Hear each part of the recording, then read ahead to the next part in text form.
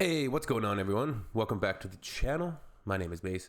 I recently started cycling a lot more and going to and fro to get to work. But the thing is, our cycling infrastructure is absolutely useless. It's essentially useless. There's like maybe a handful of decent and safe and efficient corridors to for transportation. That's just like the reality.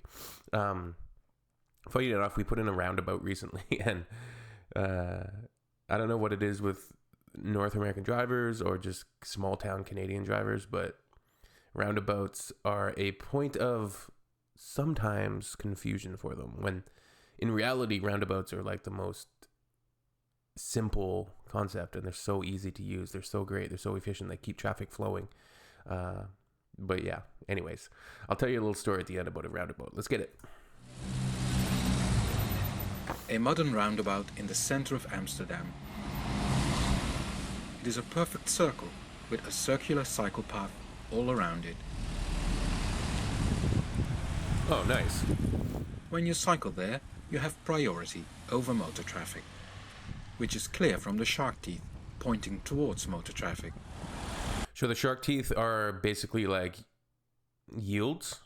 It's almost like a yield sign, equivalent that we would have here. So if you're approaching the shark teeth, you need to yield to whatever's coming through or who's ever coming through. That's cool that the bike infrastructure is actually just in conjunction and right alongside the roundabout. It is very busy. There are many cars. Yeah, it is quite busy. I think that last clip we were going to see perfectly the vehicle yielding. See, this black car is starting to slow down as they see the cyclist coming through. Yeah. Buses. Trucks.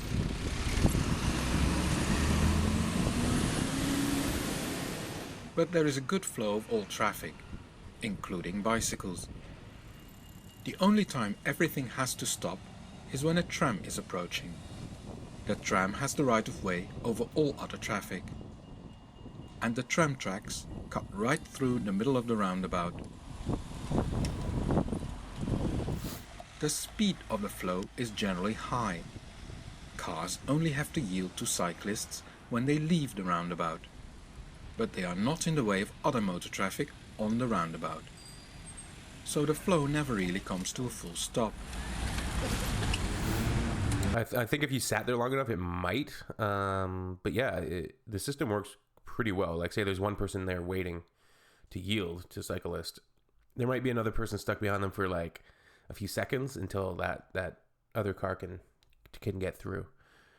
It's pretty cool because this does seem like a pretty busy area. It seems quite almost like there's a beautiful organized chaos to it.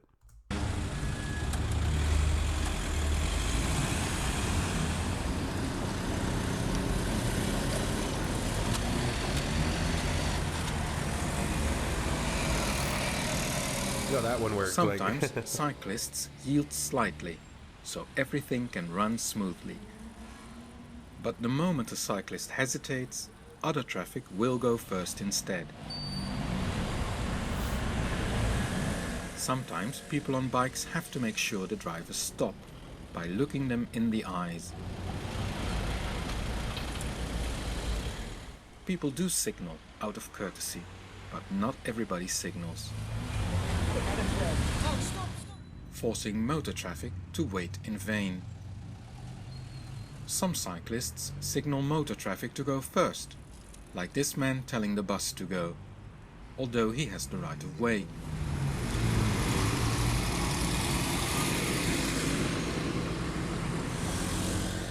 Probably thinking of his kids, this father signals the scooter to go first. But the scooter rider shouts, "No, you go first." There's a slight awkwardness there. And sometimes the good intentions, like the scooter driver was probably saw the dad and the kids, so he was already anticipating to let them through. But the dad's saying go, and then you kind of have that awkward moment where both people say go, like, no, you go, no, you go. The advantages of face-to-face communication. Children can navigate the roundabout on their own little bicycles. That's how easy it is to ride here. Smaller kids are usually helped a bit by their parents.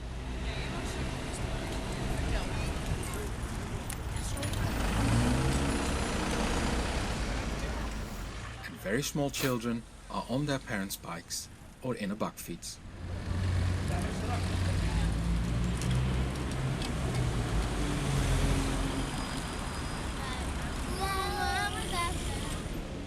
These roundabouts are also very easy for people with disabilities.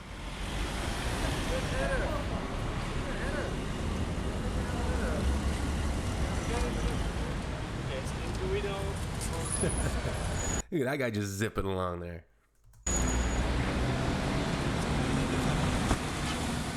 When drivers do need to stop for any reason, they should keep the cycle track open.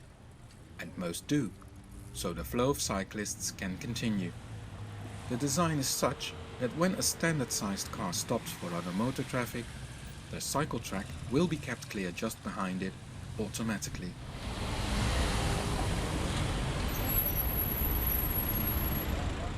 Dutch design roundabouts may look complicated on schematics, but actually using them is really very easy.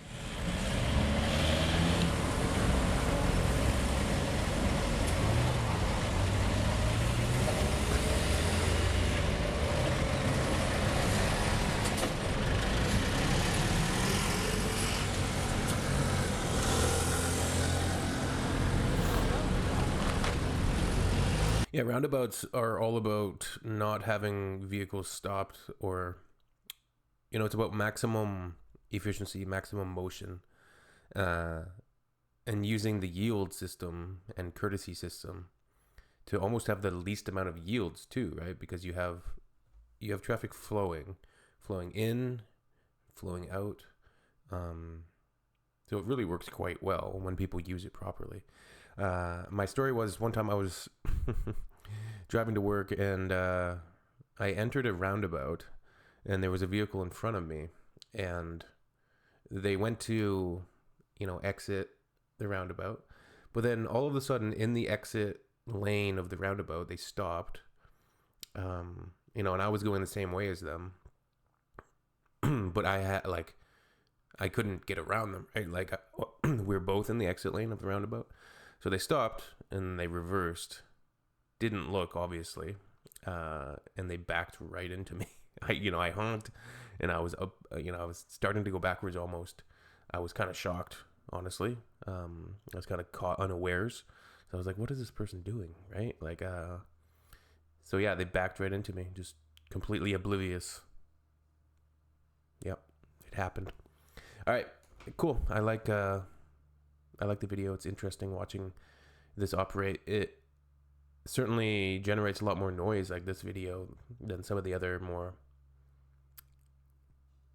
serene videos about cycling, as we have buses and we have a lot of vehicles coming around, work trucks and vans that some of them are diesels probably, so they get like that noise is a bit more.